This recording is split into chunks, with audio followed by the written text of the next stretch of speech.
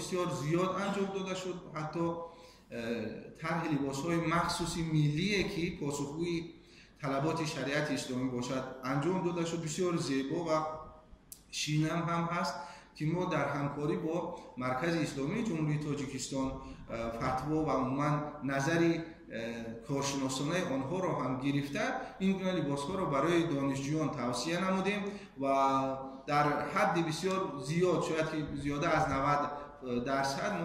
ما موفق شدیم که در طول این مدت این گونه طرز لباس پوشی و پرهیز نمودن از شکل و ظاهری که با فرهنگ ما بیگانه است را و میان بگذاریم.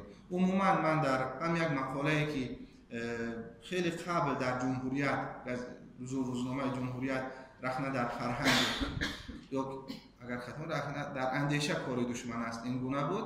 من عامل هایی که در اینجا باعث بیگانه پرستی مخصوصا جوان دختران می شود ذکر کرده بودم. باز هم عامل اساسی آگاه نبودن از عموما معیارهای دینی بود در آنجا که ما تذکر دادیم. با گمان این که پوشیدن لباس عربی نشانه اسلام است، پوشیدن لباس ایرانی نشانه اسلام است یا ترکی یا نمیدونم افغانی.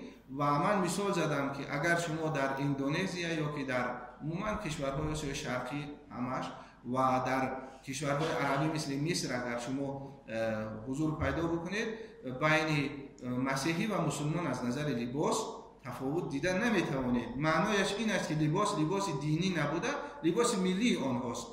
پس لباس ملی باید در مدینه در آنها مد نظر هست، باید در همه جا مد نظر باشد و طبق احترامی که خود شریعت مقدس اسلام و ملت قائل است و قوم قائل هست ما می توانیم با داشتن ما لباس ملی تمام اون طلبات شریعت اسلامی را به جا آوریم.